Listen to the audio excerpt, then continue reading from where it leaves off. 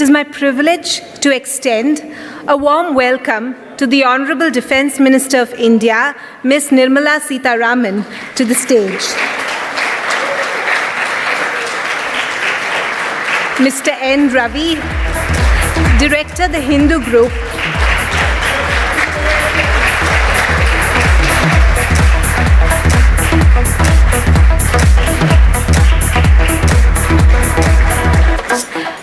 Mr. N Ravi, Director, the Hindu Group, will be in conversation with her in the session in defense of the realm, How Prepared is India? This session is brought to you by Bharat Electronics Limited.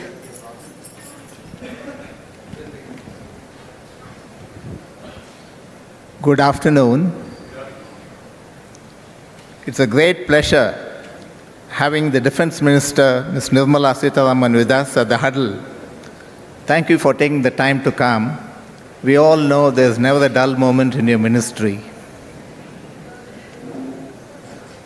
Ms. Nirmala Sitaraman really needs no introduction, but to set the context for this session, let me outline her background in brief. Among the more learned and articulate of politicians, she has had a career as an economist and business analyst with an MPhil from the Jawaharlal Nehru University, and had worked at Price Waterhouse earlier. Joining the BJP in 2008, she served as a spokesperson for the party, becoming a familiar face on television. After the elections of 2014, she was inducted into the ministry as Minister for Commerce and Industry, and was later given the charge of the crucial Ministry of Defense. I'd like to start by inviting the Minister to offer a few opening remarks. Either way, whichever.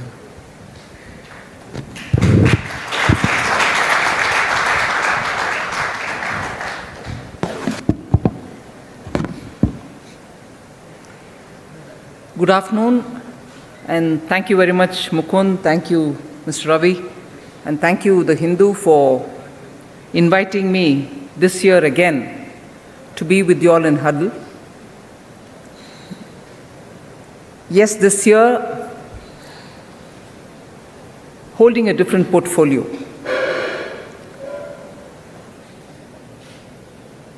And even for a trained spokesperson, talking about defense is a bit of a task. Not that one doesn't want to speak about it, but the lines are too thin and too around you that even if you want to say a few things about a certain area within the defense of the country, you're treading on a difficult terrain. But one thing I can say, after being there for a few months, is in the last 3-4 years, emphasis on every sector of the defense ministry, the defense of India, is being given due attention. Sometimes you hear more about your approach towards your neighbors. A different time, even if you don't want it, there is a narrative which you have to engage with, but a narrative nevertheless on the defense preparedness. Some other time, it's a question of how much are you going to have to catch up for want of timely decision earlier? And what is the level of modernization?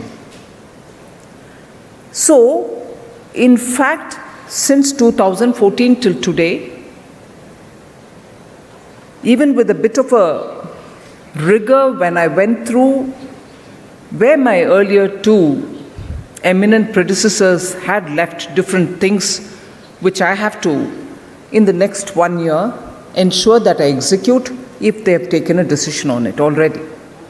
So when I went through it, I can with confidence say that every aspect of the defense ministry, every segment of what is policy making for the defense of the domain, every execution which was waiting for some time has been given as much attention as you can afford to give. So there would be quite a few things on how to make the services more effective, what are the kind of teeth to tail approach that you're going to take.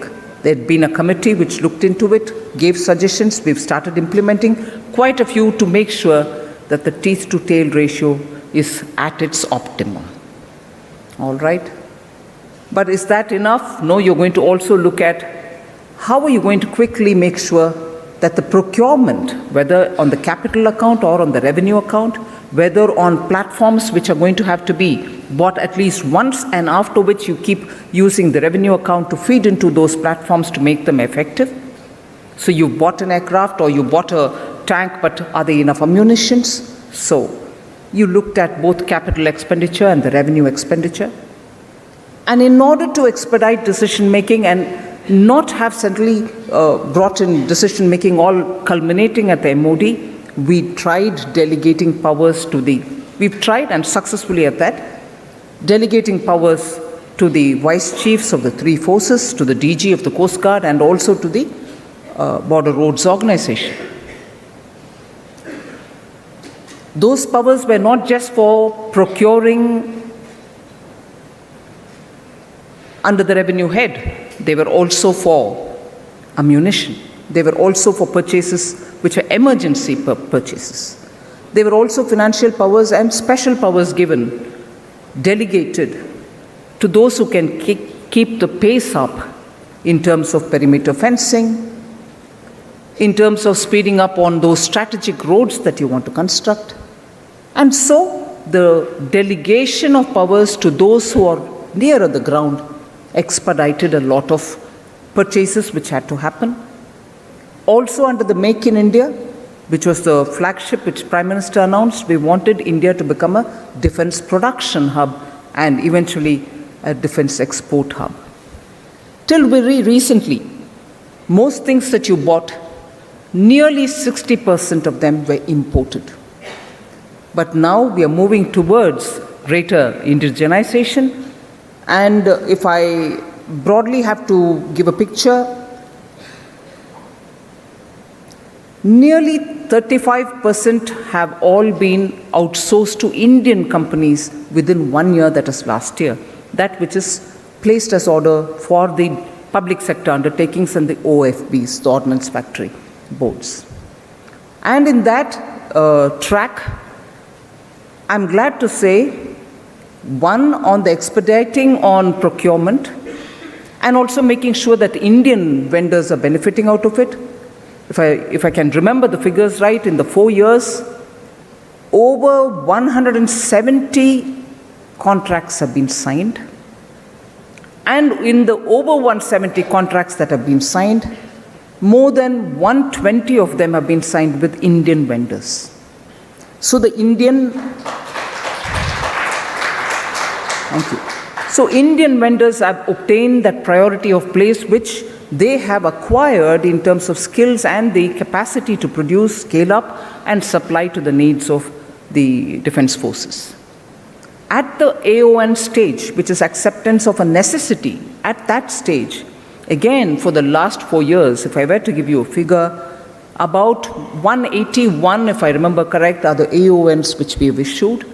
And those AONs, from among them, 109 have gone for Indian vendors who can produce, and that 109 are also focusing on making in India, buying and making in India, and the IDDMs, India designed and developed and manufactured in India. So that category has now acquired a greater strength. Not a surprise, therefore, for the private sector investors who are in defense production. Their market capitalization has reached 30% or over in the last 2 years, whereas the stock market's performance in terms of growth has been 10%, around 10%. So the defense sector, defense producers, private sector investors who've been investing in defense manufacturing have really seen good energetic growth. So I'm talking about defense production, indigenization, and many of the things, inclusive of the BrahMos, that we produce now have more than 60% indigenous components in them. And that is rapidly going to increase. By the end of this year, you would see that touch at least 70%, and that indigenization continues. So your missiles, the shipping building capacity that you have, the submarine building capacity that you have, the aerospace where we've really made good pioneering leap, all of them are being pushed for greater Indian component manufacturers and also manufacturing with Indian skills. So indigenization has benefited both the Indian armed forces and also the Indian industry. Over and above this, the clearance for all those pending procurement-related matters so that the forces are adequately endowed. Since September, I head the Defense Acquisition Council, as you all know. It normally met once in 3 months, ideally once in 3 months, if not once in 4 or 5 months. But from September, I've held 2 Defense Acquisition Council meetings every month and cleared all the pendency. Now, literally, we are still keeping the pace up, having 2 per month, but making sure that as things come in, the due diligence is done, the technical committees go through it, they are tested, the field testing happens, and then it is taken on for the AON or for the ultimate clearance by the DAC twice in a month. As regards the armed forces and their morale, I can only say, because I've been moving around, literally, just for the picture that you want before you, I think I've touched the farthest of the point in the north. It is just not symbolic. Other than these also, I'm doing other things, but the farthest point, the Daulat Beg Oldie, that whole area, the not so happy in terms of the 1962 memories, Chishul area in Ladakh. I've gone to the far west, Sir Creek area, far east, where you have a border with Tibet, Myanmar, and Arunachal Pradesh. Kibutu, I've been there.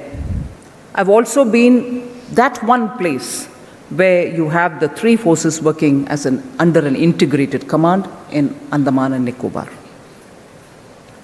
There is great emphasis in the ministry and also in the government to bring in greater jointness between the 3 forces, because we think time is now up. Most countries have adapted it, and as a result benefited by effective and optimal use of resources, greater synergy between the forces by having jointness. That is something which has to happen both top-down and bottom-up. We are working with all the commands to make sure that that becomes a reality sooner rather than later. The forces are all happy to work together, but of course there are difficulties and realistic ground-based problems. We need to address that. So I'm not sure if I've taken my 10 minutes for the opening statement. If there is anything else, I'm sure it will come up as we are talking about it. Quite a few recommendations of the Shekatkar committee, recommendations of that one judge committee which went into our OP subsequently after the implementation are all. Before getting into the details of the subject of the session, that in defense of the realm, let me touch upon 2 very broad issues of strategy. The first is there any difference between the defense posture of the NDA government and the previous UPA regime, as the BJP's ideology of cultural nationalism influence the defense posture? And would you see any change in the NDA government's approach compared to the UPA's?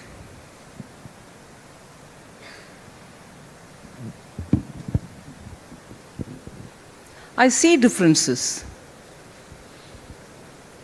And also because we are living through it, I'll be probably looking a lot more into the specific details than put it into the larger macro picture. I see differences in the sense the priority for the neighborhood, peace in the periphery, stabilizing, and also with this, before this, I should actually say something more which probably will put it in a context. India till now, or till very recently, has been seen as a regional power whose forces had the tactical strength, but probably nothing more. And when I talk of the defense of the realm, it's also a question that all of us will agree on, that it's not just the military strength which speaks for your view on want the globe to look at you, what is the perspective that you want to build about your country, what is your neighborhood and its view, or your view about your neighborhood, and so on. So it has so many other things like good governance, making sure your soft power is used, making sure your economy is strong enough, your infrastructure is good enough, making sure your demography also understands the aspirations. So many other factors add to a nation's strength and preparedness. So if that picture is kept in front of us, the difference that I see is today India's being perceived as a global strategic player, in that it is not just dependent on your neighborhood policy and strategies, and that is showing off too.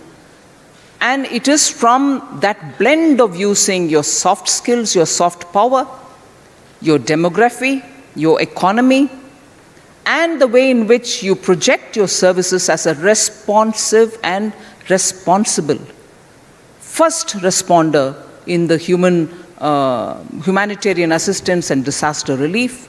All that has been very pronounced, and as a result, I think the way in which the globe looks at India is very different from how it was looked at earlier. Thank you for that refreshingly broad view of national security going beyond just the military. But if you're going to the military aspects, for instance, the defense of the western frontier with Pakistan, how prepared are the Indian forces? Have the cross-border surgical strikes and the policy of aggressive return of fire had any impact on the border tranquility?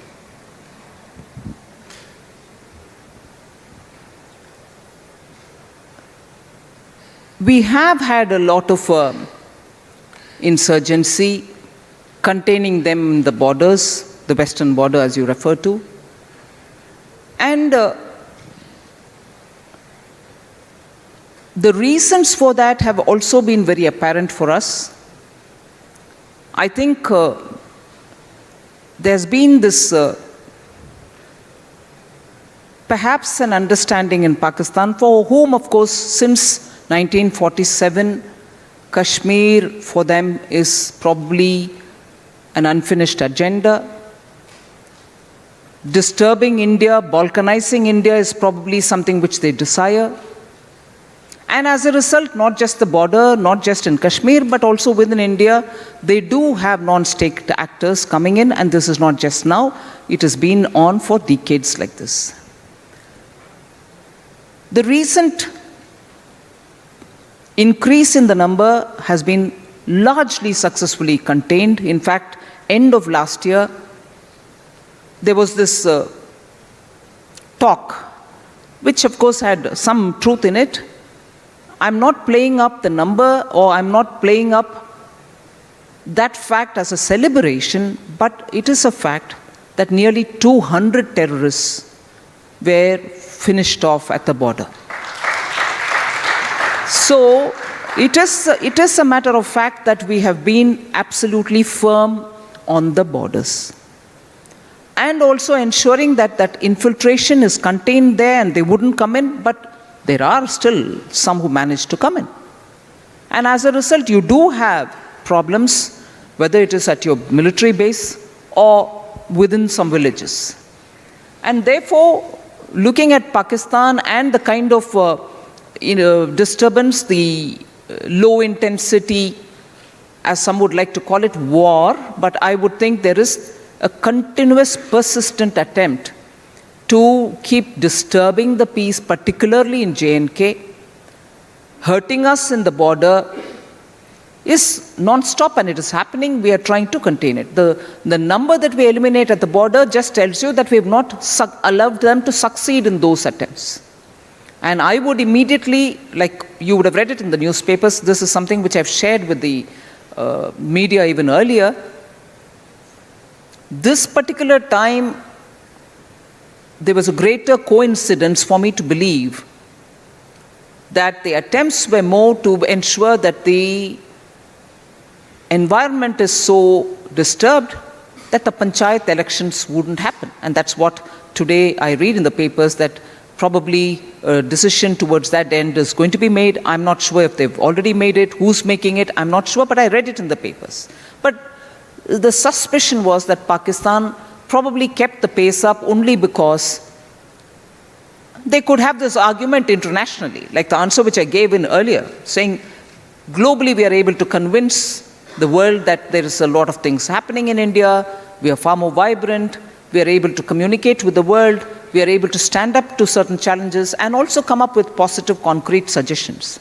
And that influence of India, which was growing, was not a happy situation for Pakistan.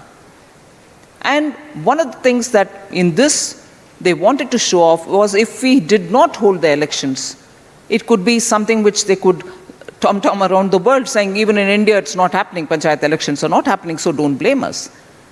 But these are very, very, clearly agenda-driven activity. But the Indian Army, the specific question that you asked, the forces are completely prepared.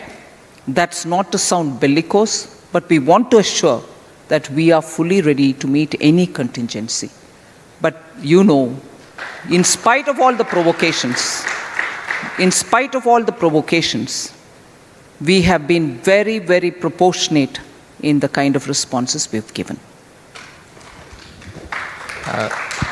Thank you. Now, moving to the northwestern frontier, the Doklam incident started off as a military standoff, but then was resolved finally through talks.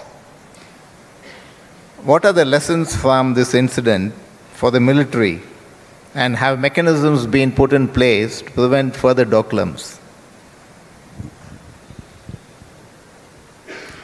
Mechanisms have existed even before, but we've effectively utilized them. Whether it's the flag officers meet, or whether it's the meeting of those personnel who are on the field, whether it is that working mechanism which exists as an institutional arrangement, a working mechanism for coordinating and consultation on the India-China border-related affairs. There is an institutionalized mechanism which has been in place for some time.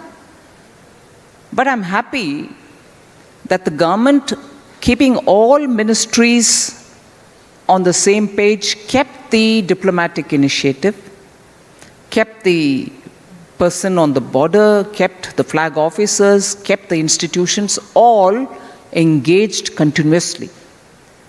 So till September, when Doklam resulted in a disengagement of some sort, there was active diplomatic and also the field level engagement with the Chinese. So in a way, it has proved that it is possible that if your engagements are intense and across the board, and diplomatically there and here, it has resulted in a positive development which was disengaging. And those institutions will be kept active.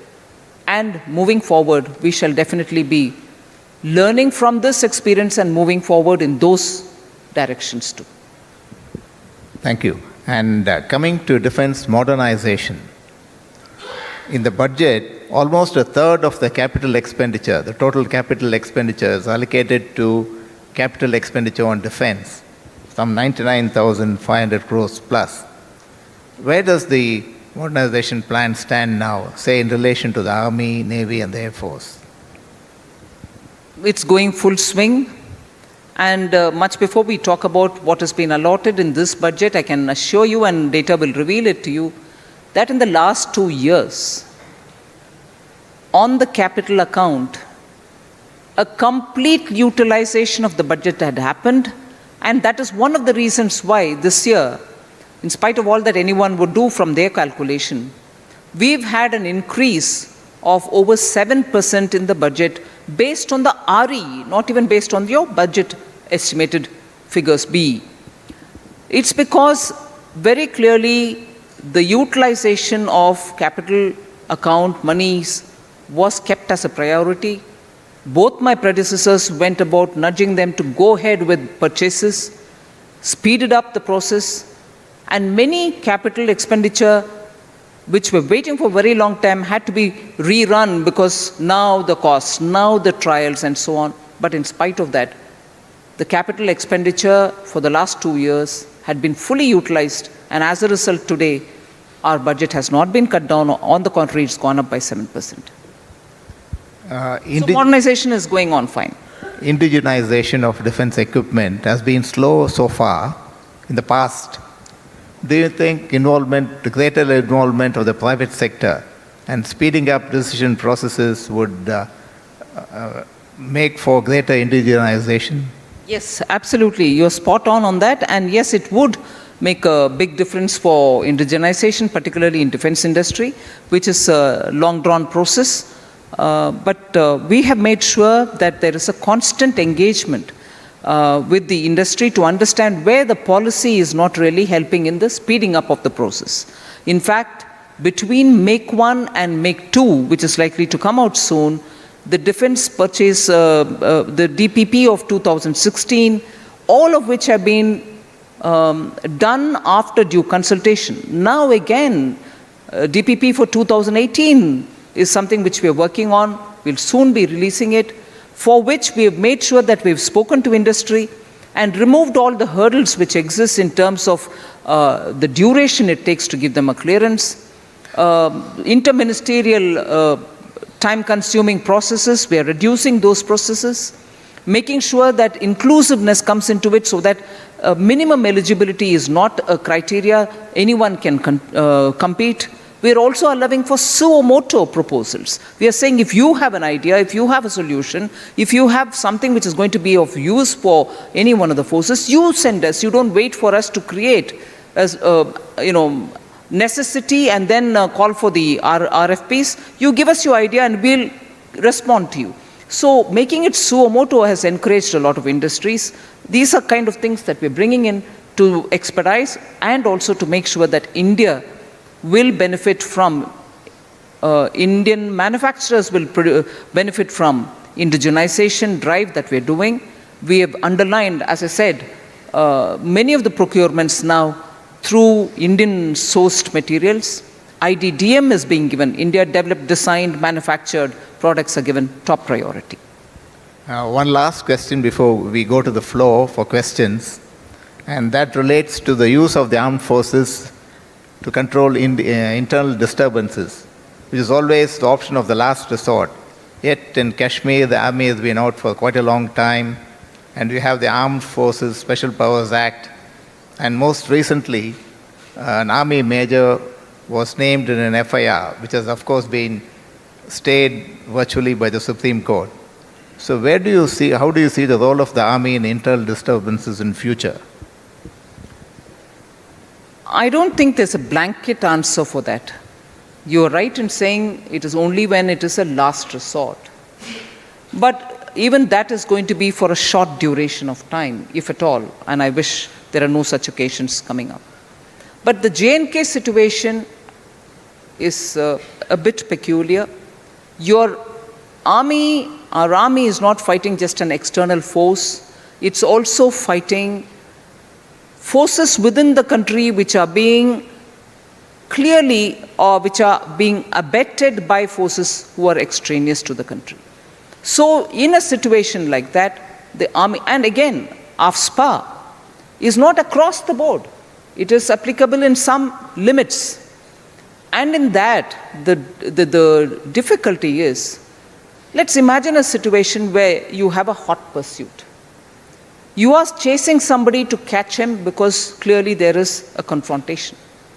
It might pass through an area which is under AFSPA, or it might not pass through, but it might commence from an area where there is AFSPA. So there are legal complications. So for us to forget that there is a legal complication because you're moving from one to another kind of a terrain where AFSPA is on, where AFSPA is not on, to blend it all together to say, here we go, in spite of AFSPA, all this is happening, and with AFSPA, there is a complete immunity given to the army. That's not the case.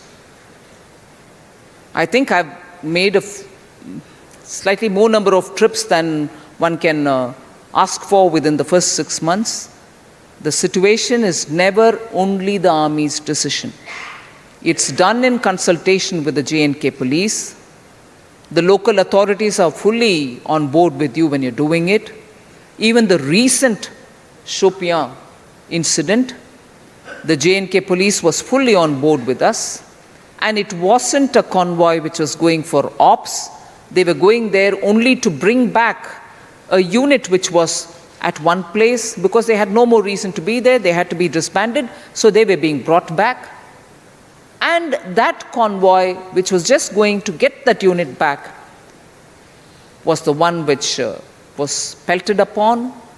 One of the officers was completely being lynched. There was fear that maybe, his weapon would be seized. As a result, they had to fire, and in J&K, most of them know what firing in the air means. So all this has happened. But of course, now it's subject to judicial scrutiny because the father of the officer who has been named has gone there. And it's also important to say this is not the first case where army has been charged. There is an FIR filed on army. Normally, it is the unit which is mentioned in these FIRs and not the person. This time, the FIR, including the name of the major, has caused a lot of anguish. Thank you so much. Now, we'll take questions from the floor. And as usual, please wait for the mic and keep your questions short so that we can take 3 or 4 questions.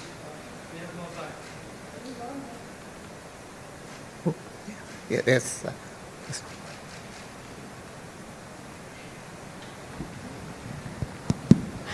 India has had plenty of defense deal controversies in the past, and you seem to have walked into the first one, the Rafale deal controversy. What justification is there for treating pricing information and so on as confidential or classified information? Because it has been discussed in Parliament. Have you not scored an own goal by agreeing to something, an intergovernment agreement which prohibits either government from revealing these details, because ever since then the Congress party has been dining on this issue?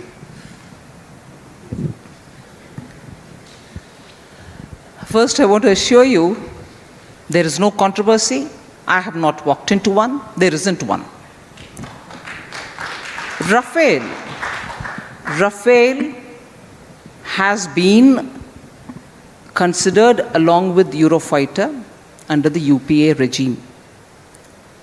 There are enough number of data which are going around in public domain where within 3 years, between 11, 12, 13, 14, early 14, the UPA's quoted prices on Rafale itself has undergone nearly 300% increase. Well, I'm not even getting into that. The process was almost completed. The bids were opened.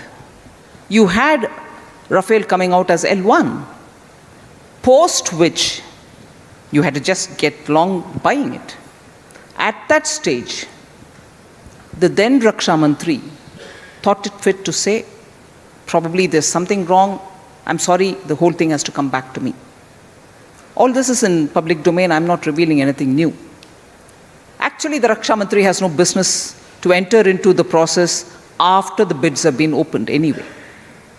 So, there was no deal on Rafale under the UPA. Let's first get that out of our system. Oh, they had had a deal, it was much better. Where was the deal under the UPA? There was just no deal. The Raksha Mantri then put it on record saying, get the whole thing back to me, when he's not meant to say it, and I'm not holding him responsible for it, but he did say it. For some reason or the other, the deal didn't go through. So what are we talking about? Their deal, our deal. There was no deal then. First. Second, there was transfer of technology in our deal. You have no transfer of technology. The simple thing is also that every time you go with transfer of technology, the price goes up to that extent. Never mind, but assume there was one under them. A transfer of technology is part and parcel of the larger deal where you buy the Rafale, and subsequent to it, under it, subsumed under it as a subset, is the transfer of technology business. You did not have one, the final deal. So the transfer of technology, which is only a subset of it, is a non-existent argument. But assume that probably on the subset they had arrived at a conclusion, but because the final deal didn't go through, the subset also fell through, it didn't happen. But even that cannot be assumed, because the so-called argument which is being put forth saying, why not HAL, why somebody else?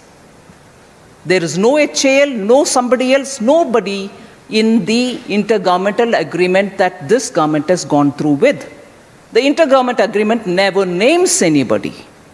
It doesn't even have anything to do with whom the offset agreements will work. And in the UPA non-deal, the HAL had very clearly come up with certain number of man-hours which was not even acceptable for the Dassault. So the HAL deal again did not happen. So we had managed to get transfer of technology, you have not, and your offset is going to a private party, whereas ours went to HAL. It's a non-starter totally. Dassault did not even consider HAL. And we have not considered anybody. So, for us to presume that there's some activity of Dassault with the Indian private manufacturer, and there you go, he is the Prime Minister's chosen. Absolute, with due respect, nonsense. The Prime Minister or anybody does not mention any particular company, be it public sector or private sector, in the intergovernmental agreement. The intergovernmental agreement is more like an MOU. You go, would you like to sell? We like to buy. Who are you naming? Rafale. And when do I get to know as government as to with whom they have had this offset agreement? It's only when that company, Dassault in this case, come to the government to say, give us the credit for the offset obligation that we fulfilled. And at that time, if I can put it dramatically, I would say, with whom have you fulfilled it? Show us the record. Then they would tell us that it is with X or with Y or with somebody. They may have 1, 2, 3, 5 obligations or joint ventures or agreements through whom they are fulfilling it, or they are fulfilling it through one. But it is only when that company comes to claim the credit for the offset obligation that they have fulfilled. They have not told us yet with whom they are going. So why is there an imagination? Oh, you've gone with them, and that name has been given by the Prime Minister. Sorry, again, nonsense.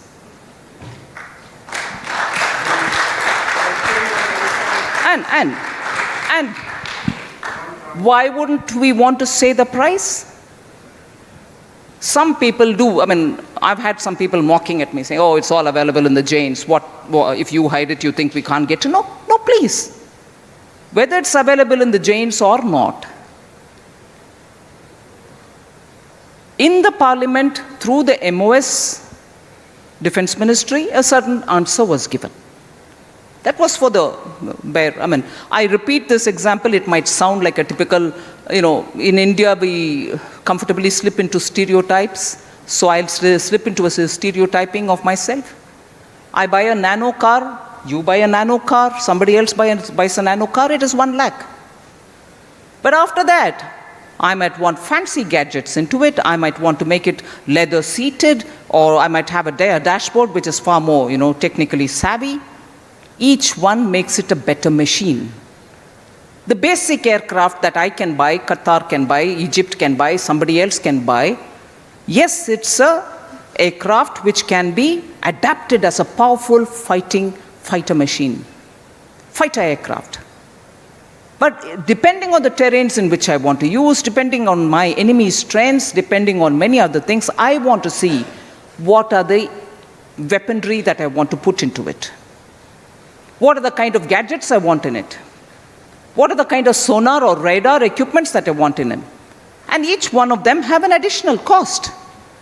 Now, I'd love to answer all these details, not to the Parliament, not just to the Parliament, to everybody. It'll satisfy all of us, no doubt. But it'll more satisfy my enemies. I've got this for this power, this for this much, that for that much. Who are we trying to help? Well, it'll satisfy all of us. And of course, the whataboutery, why will I let go that opportunity? How many times has the UPA, in fact, I happily release all the answers if you want. On purchase of equipments, purchase of weaponry, purchase of certain helicopters, deploying helicopters in some friendly countries. The UPA government ministers have sought cover under, no, this is going to be in national interest that we don't disclose.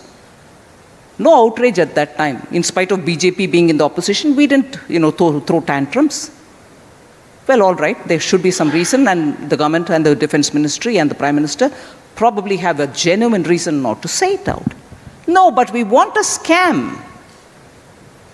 We want to equate this scamless government, this corruption-free government to us. So I'm looking for a scam every day. Here we go, there's one. Pick it up, throw the mud. It's for us to keep wiping it up and saying, no, we are clean. So, I'm sorry, somewhat not so responsible way in which you want to criticize the government.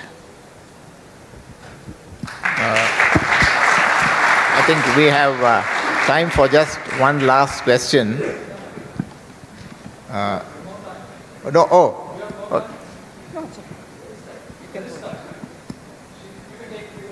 Oh, okay. Because the clock has run out. I was just looking at the clock. Yes, sir. There. Raksha Mantri, you wanted the India to be a global power.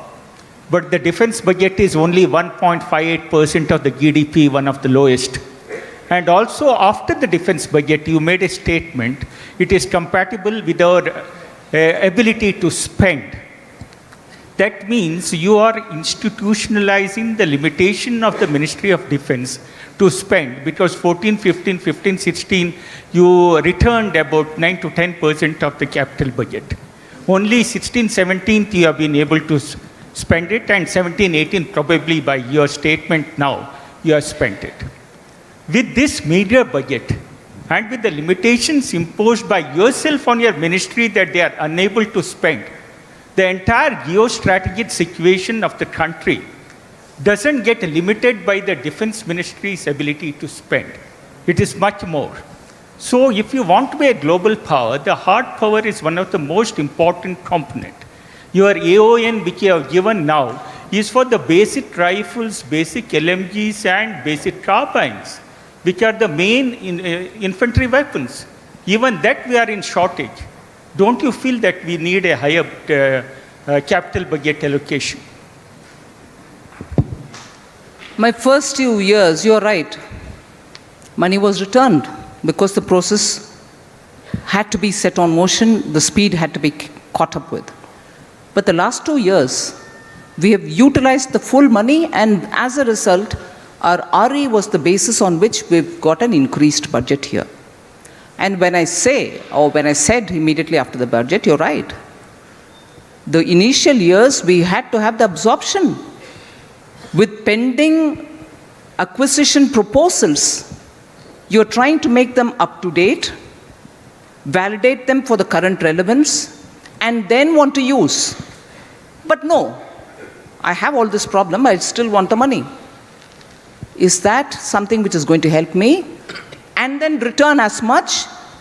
And the mindset of the finance would always be, you've returned this much, what is the guarantee you can use that much next year? You're also going to have to make sure your systems are ready with all the proposals up to date, validated for the current date because they've been pending for almost a decade, and then say, look, I need money, give us, which is what has happened in the last 2 years. That statement's intent was not to deal with a comfortable number and finish it off. But one has also got to be realistic in terms of, am I ready to take it now or shall I take it next year? That momentum has been acquired in the last 2 years. So it's not influencing and limiting my global aspirations or modernization when I've said that. Just one quick supplementary before we go to the next question. Your reply to the first question, does it imply that for reasons of national security, pricing of defense equipment is always to be shrouded in some kind of secrecy? Not always.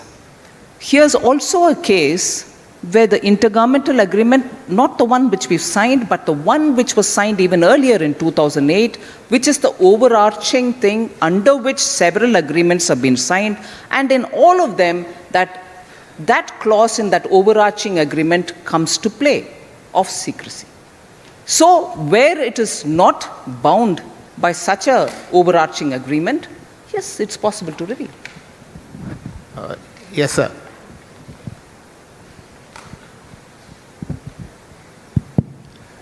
Thank you, ma'am. I wanted to ask a question about future threats. So the topic was defense of the realm, and the realm is increasingly going to increase threats from the cyberspace.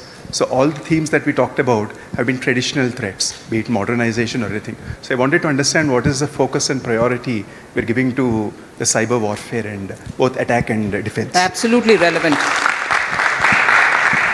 Yes, I agree. I didn't go into great details about it. Space related, cyber related, artificial intelligence related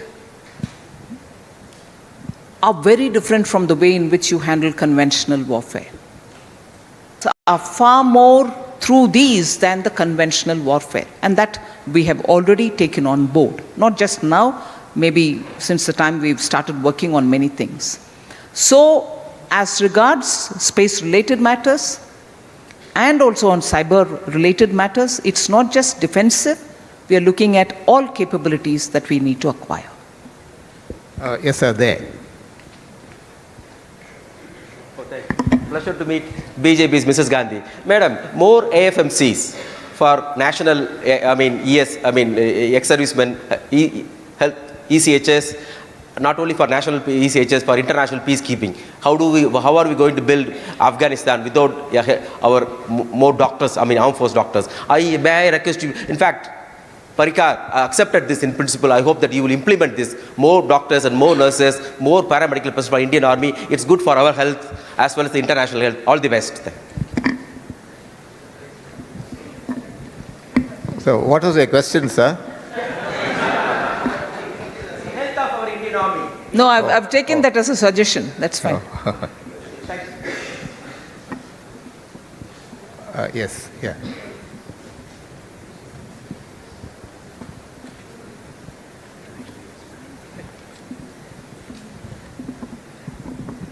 How does it feel to be the first female defense minister? Do you get taken seriously by your peers abroad? Leave alone how Indians perceive you. Do your peers abroad, how do they perceive a female defense minister? It's a very unusual job to have. I would like to ask a question regarding the shortage of officers in the armed forces. How are you going to address the issue? I don't think I've had a problem since the day I've taken charge being a woman. Whether it's the Indian uniformed services or the civil service within the ministry, and the particular reference that you made to people abroad, absolutely at par treatment. If not,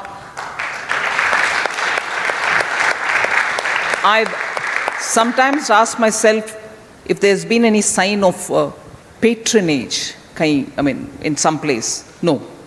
I'm glad to tell you, people are conscious about not sounding patronizing. At the same time, I've never been made to be felt, oh, you're a woman. Great pleasure that nobody has treated me like that. Thank you. Then the question on the shortage of officers. The question of shortage of our officers is a continuous thing. You have a shortage, you fill it, it goes on. You may not fill up all the 100 that you may require, you may fill slightly lesser than that, but by the time you fill that up, newer vacancies can come. So it's a dynamic process. The efforts to keep filling them up is an ongoing thing. So if you take at any one point in time and say, oh my God, you're short of 50,000, no, that's not true. By the time you ask, you probably have a couple of tens of thousands already filled in. So it keeps moving. Yes, sir, there. Good evening, sir. Good evening, ma'am. So you quote unquote said about priority of the neighborhood. So at our doorstep today, we have the former president of Maldives seeking for India's help to restore their democracy. So how far are we going to go? How far are you going to go? How far is India going to go to help our neighbor? Yes, I can see former President Nasheed ji there. It's easy for you to ask here. And also, a friend is seated here who belongs to Maldives. But in the, I think, geopolitical interests kept in mind, it may not be nice for me to say it through media. But we are closely watching it. Yes, sir. He wanted to ask one question there. Oh, you go ahead, please. Good evening, Minister. My question basically is related to defense production. What actually is very great concern to many of us is that why is the Tejas induction so slow? Or is HAL not capable of producing this aircraft in sufficient numbers so that we can make up the huge shortage that we have in IAF? And similar question extends to the Ordnance Factory Board. I think we have got a huge shortage of many things, including rifles and carbines, etc. Why are we not able to keep up with the needs of the forces when so many factories have been established over decades?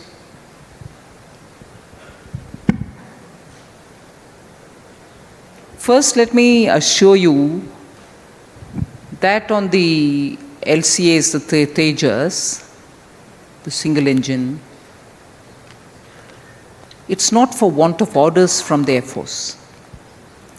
We've already given 40.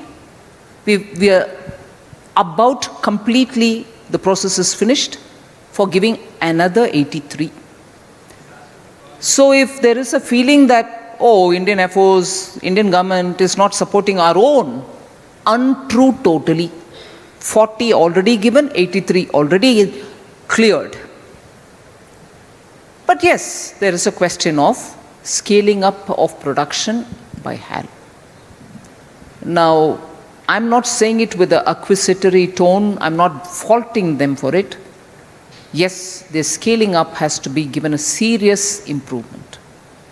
Whether that is going to be done by themselves with the capacities that exist already with them, or they're going to look at outsourcing and also making sure that all that adds to their numbers that they can deliver every year. They have to do it. So. Thank you so much, Ms. Nirmala Sitaraman, for clarifying so many issues for us relating to defense. Thank you so much. Thank you very much. Thank you, Honorable Defence Minister of India, Ms. Nirmala Sitaraman, and Mr. N Ravi. I request Mr. N Ravi to present a memento to the Defence Minister as a token of our appreciation.